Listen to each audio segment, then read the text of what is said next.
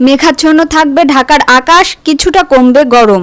ঢাকা ও আশেপাশের এলাকায় আজ আকাশ আংশিক মেঘলা থেকে অস্থায়ীভাবে মেঘলা থাকতে পারে বলে জানিয়েছে আবহাওয়া অধিদপ্তর। এ সময়ের মধ্যে হালকা বৃষ্টির সম্ভাবনাও রয়েছে। ফলে গত কয়েকদিনের তুলনায় কিছুটা স্বস্তি পেতে পারে রাজধানীবাসী।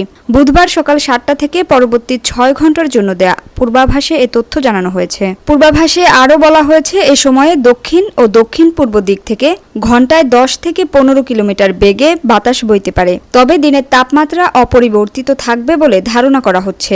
পূর্বাভাসে দেয়া তথ্য অনুযায়ী আজ সকাল 6টায় ঢাকার তাপমাত্রা ছিল 27.4 ডিগ্রি সেলসিয়াস এবং বাতাসে আর্দ্রতার পরিমাণ ছিল 90%। সর্বশেষ 24 ঘন্টায় বৃষ্টিপাত হয়েছে মাত্র 3 মিলিমিটার।